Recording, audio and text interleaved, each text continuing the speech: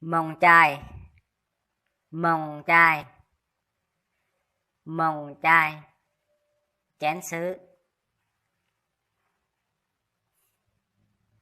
Cọ càng, cọ càng, cọ càng, nồi càng.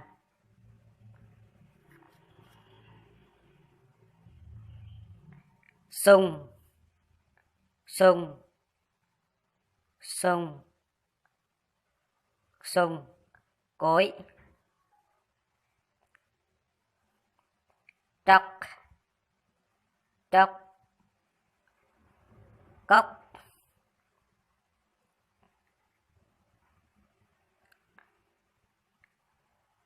Tròn, tròn, tròn, rìu, cái rìu.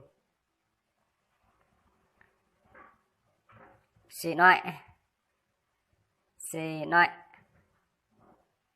xì ọa, xì noại. Cái cưa.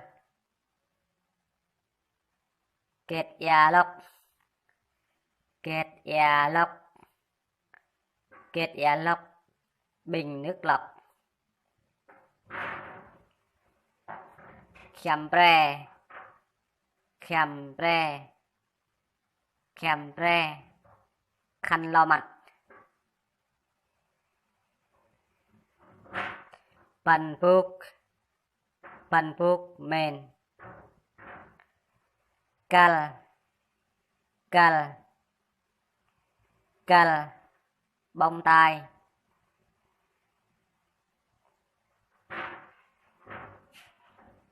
Nhụ, nhụ, dây chuyền. Pươn, pươn, pươn, nhấn.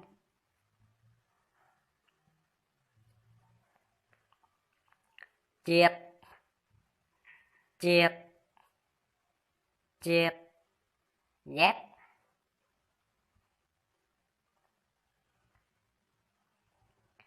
Cây bạc nghênh, cây bạc nghênh, cây bạc nghênh, cây vợt mối.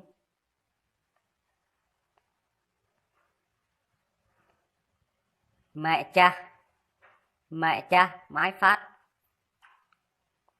Nal cọ, nal cọ, nal cọ, cưới kê đầu.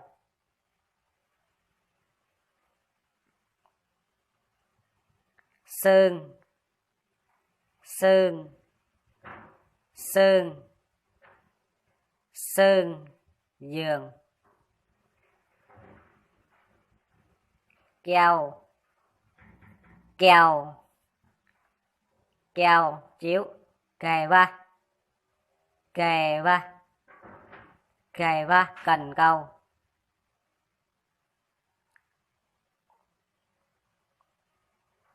Kẹt da, kẹt da, kẹt da, bình nước.